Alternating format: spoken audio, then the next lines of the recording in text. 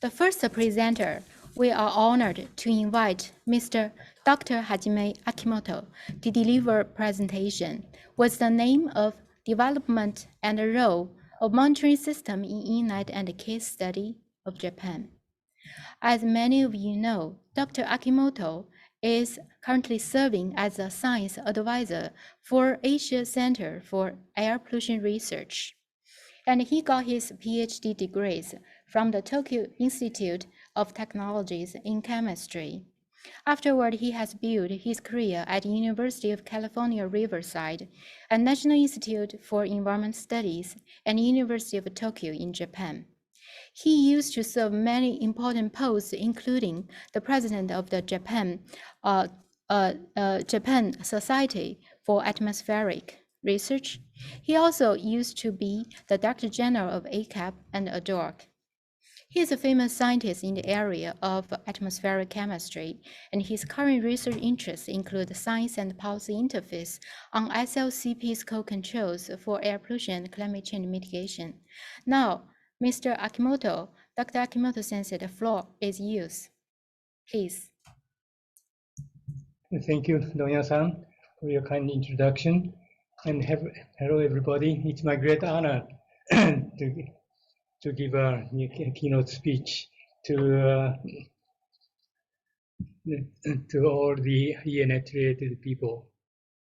So today's my title is given by the Secretariat, that the development and role of monitoring system in the EANET and the case study of Japan. So my talk consists of two parts.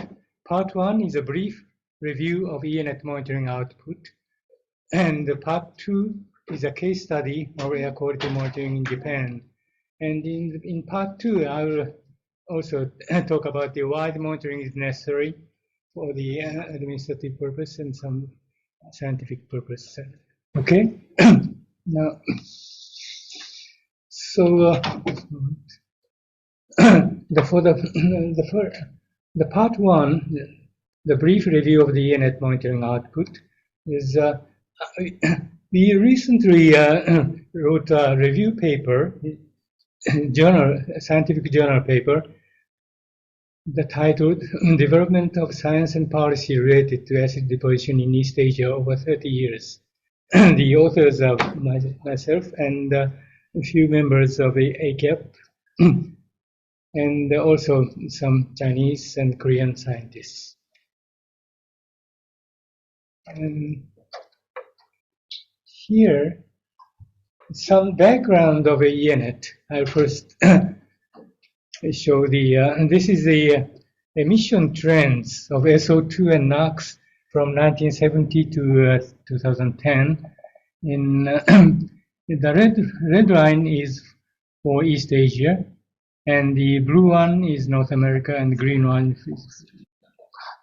As you can see, in 1970s, until 1970s, after the Asia, the economic development was not so well developed yet, and so the emissions of SO2 and NOx in Asia, East Asia, is far less than Europe and North America. But the emissions of SO2 and NOx increases very rapidly in East Asia, and as you can see, in some crossover of the emissions, East Asia exceeding Europe and North America occurs in early 1990 for SO2, and then about the middle of 1990 for NOx. So the output, I summarize the 20 years summary of the output of EANET for sulfate and nitrate in this picture. Okay, so this is the annual mean ion concentration and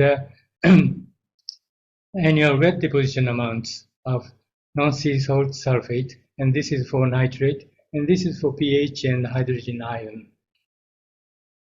This data is taken for 2040 to 2019 5 years average.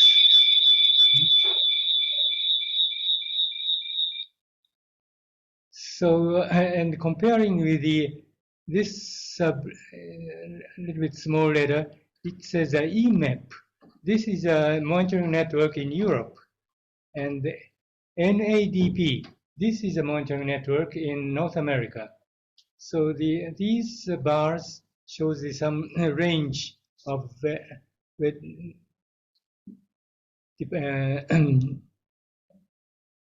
precipitation concentration of Europe and North America. As compared to those data, those dots represent each monitoring sites in EANET. The different color shows a different country. I don't talk too much in detail now. Just what I want to say is these many monitoring sites in East Asia is much larger than Europe and North America for SO2, SO4, and also for NOx and NO3. And this axis is for precipitation amount. So East Asian precipitation is generally higher than Europe and North America. So the deposition is much higher than Europe and North America in East Asia. And if you look at the pH, the average of pH in rainwater in Europe and America is between 5 to 6 or something like that. But in some part of the rainwater in East Asia is less than 5 here. And in some parts is more than 6. So pH value in precipitation of East Asia site, EANET site are larger or smaller than at the EMAP and NADP. Depending on the buffering mainly by yellow sand, as you know, the yellow dust or yellow sand, it's a very common phenomenon in East Asia, and it has a very strong buffering capacity because it contains calcium carbonate and so on. So if it's affected by yellow sand, the pH gets larger. But if without the effect of the yellow sand, generally the pH of rainwater in East Asia is lower. The pH is lower than Europe and North America. That's what the 20 years EANET monitoring data shows to us. And another data is taken from the PR said for our formal report. Its important thing is of the trend from 1970. It started from 2000 to 2019. These last 10 years. So this is the emissions of SO2 and NOx, what we saw before. But this picture shows a little bit in detail. This red one is the EANET as a whole, and the next blue one is the Northeast Asia. So the major part of emissions is consists of emissions from Northeast Asia, China, and other Northeast countries, including Japan. And others, this is the blue one is for North America, and the gray one is for Europe. And this yellow one at the bottom is for Southeast Asia. So the important thing is Southeast Asian emissions is much smaller than Northeast Asia at the moment. But as you can see, the SO2 emission peaked in early in 2005 or so in Northeast Asia, but the emissions in Southeast Asia is still keep increasing, both for SO2 and NOx. So the important thing is our monitoring data for non-sea sulfate. This is observed wet depositions and the color is the same. The red one is the whole average of the North EANET, and the blue one is for the Northeast Asia, and the yellow one is for Southeast Asia, and these gray and blue one is for Europe and North America. So as you can see, so non-sea sulfate wet deposition in East Asia and Northeast Asia is keep decreasing from the beginning of 2000 to the last 10 years. This is definitely reflected the decrease of the SO2 emissions. And for nitrate, the trend is not so clear, but for Europe and North America, their emissions keep decreasing. That one is almost reflected in the wet depositions of the sulfate and nitrate data. So the monitoring data is very important for evaluating how the emission control has been successful or not. And another important use of the EANET data is for scientific application. This is these numbers are the monitoring sites in EANET. For this is for SO4 sulfate, but in the upper panel is for March 2001, and the lower one is July 2001, different seasons. And so the sulfate wet deposition in each site are shown these green bars. And this data was used in our very important scientific study of we call a mixed Asia. This is a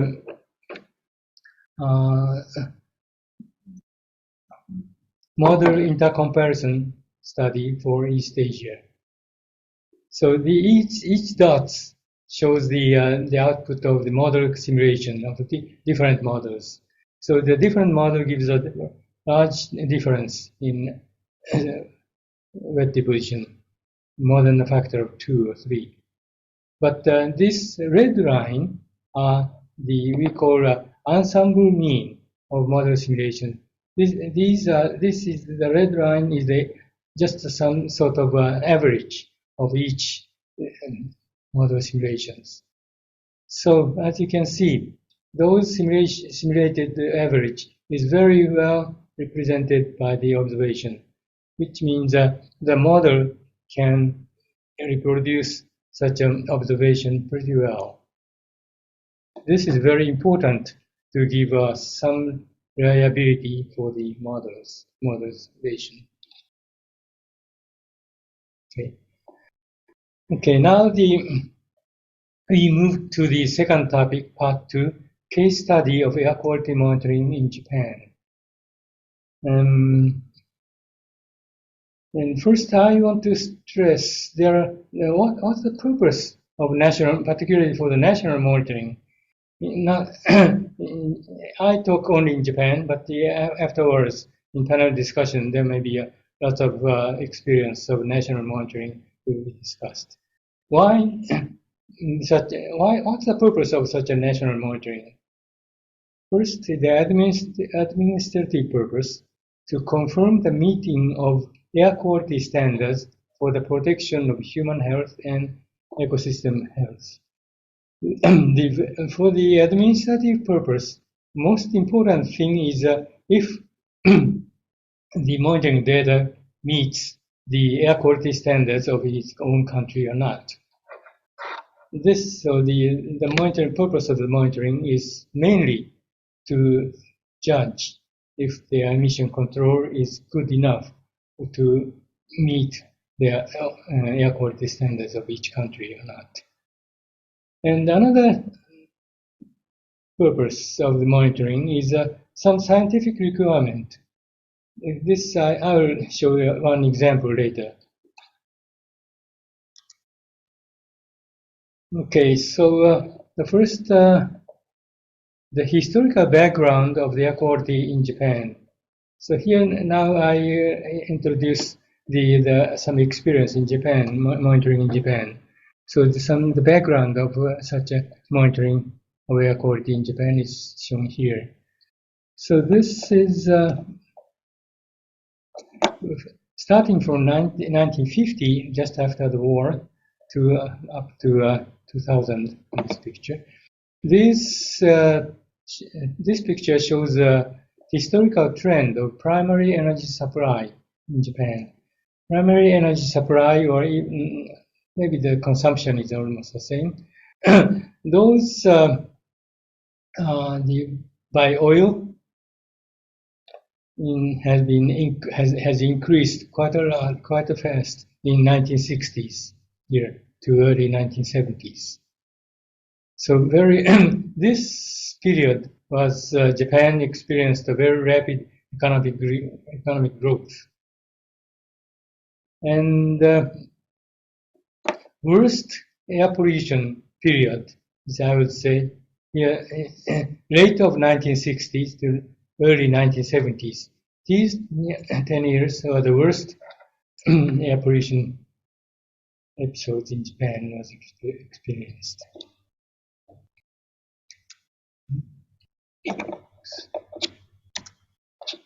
And also,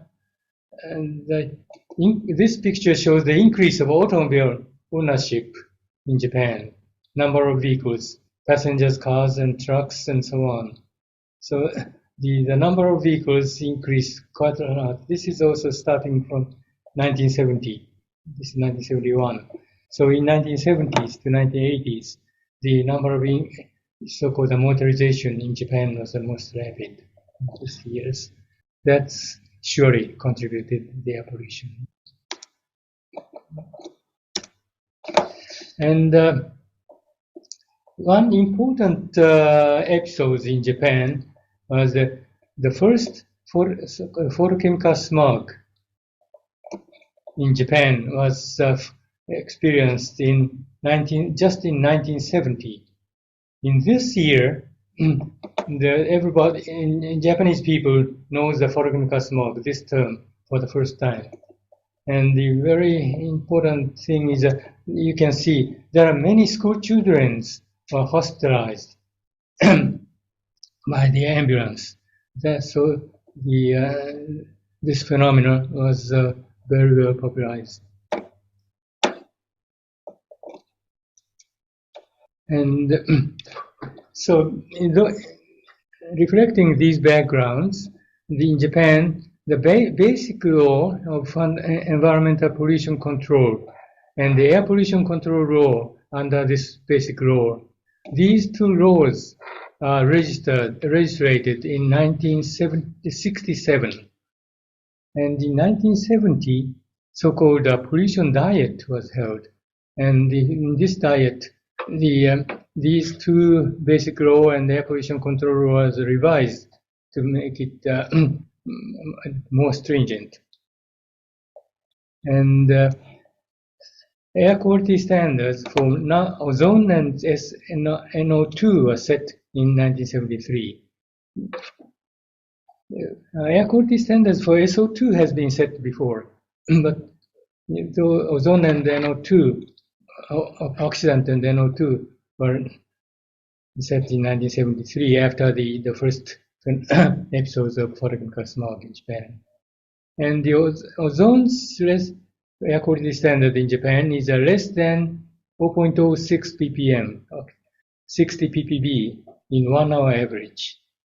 And the NO2, originally it was set less than 0.02 ppm or 20 ppb in daily average of 1 hour average values. But this one was very was thought to be too strict, and it's revised to less than 40 to 60 ppb, less than 40 to 60 ppb in 1978.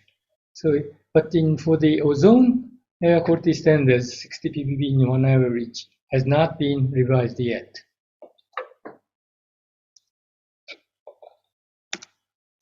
And so the monitoring data of Japan,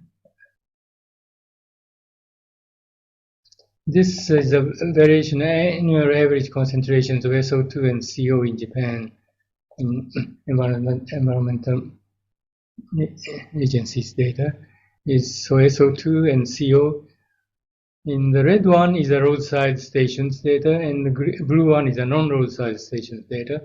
Both has been decreased very rapidly in 1970s, 80s, and 90s to now, and CO is as well. So for such a SO2 and CO air pollution problem is almost solved in Japan. How about the NOx, VOC, or oxidants? These are the story are a bit different. In 1970s, it started from 1970 for the first organic smoke is recognized this year. The first 10 years, the NOx has been decreased nearly 30 years, and the NMHC's monitoring started a little later, 1977. But in the first 10 years, it's also decreased about 45%. And then the oxidant has been decreased in about 40%, 1970 to 1980. But afterwards, the story has been changed. The NMHC has been decreased, and NOx has not decreased much in nearly 20 years, between 1980 and 1990s. And the oxidant has been increased, even if the NOx NMHC has been decreased. So this is a recent problem. But I don't know. I don't think we have enough time to discuss this kind of thing. But anyway, just I want to say is at the present status of ozone pollution in Japan is something like this. This nearly 99% of monitoring stations in Japan, their oxidant concentration exceeds air quality standards, 60 ppb per 1 hour average. That's too strict nowadays. So this picture is the monitoring data has been evaluated by using the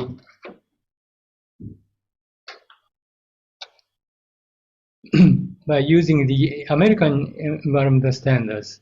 So this one, this less than 75 ppb in 8-hour average concentration for 3 years average. That's only in the very northern part of Japan is fulfilled. And this yellow one is for 75 to 100. It's over the American environmental standards. And the red one is 8-hour average. It's over 100 ppb. It's a very severe ozone pollution. So we can see like this in Japan now. And as for PM 2.5, it's the air quality standards was set only rather recently, 2009, and they're in 35 microgram per cubic meters in daily average, and 50 microgram per cubic meters in annual average. That's the Japanese air quality standards of PM 2.5. So just after the air quality standards were set for PM 2.5, the monitoring of 2.5 has started in 2010. And after 2010, it's the annual average PM 2.5 concentrations in non-roadside stations. It's about 15 microgram per cubic meters. It's just as the our air quality standards. So our monitoring data shows the PM2.5 problem in Japan is not too strict nowadays. And now I just show some example of why such a monitoring data is important for scientific purpose. This one is in early 1980s to 1990s. The so-called long-range transport of ozone was very much scientific interest. So we, in this project, in 1991, in September, October, 2 months, Okinawa Islands, and Kentin. This is the southern tip of Taiwan. It's not, of course, not Japan, but in international cooperation, in these 3 sites, the ozone concentration has been monitored by using the same instruments. And as you can see, from this is about September and October, 2 months data. The highest value is about 40 to 45 ppb. Yeah, about the same as in the 3 points. And also the lowest value, about 10 ppb of ozone, is also nearly the same for these 3 points. So we analyze the so-called trajectory analysis, backward trajectories. And so in this picture shows for Okinawa. In some case, it's a continental outflow comes to Okinawa. In some case, the Pacific very clean air comes to Okinawa, and sometimes it's mixed. And sometimes from South China Sea's air comes to the.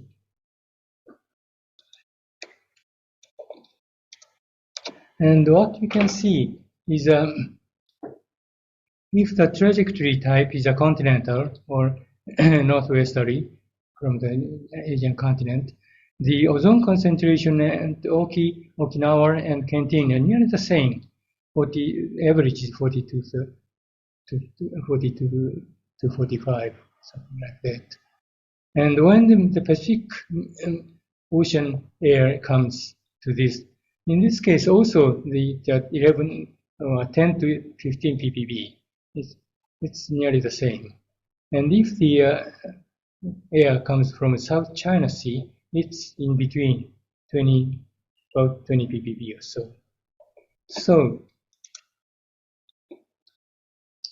So what we can see is that the concentrations of such a remote monitoring sites in East Asian Pacific sites are determined not by the local emission, but such a long-range transport.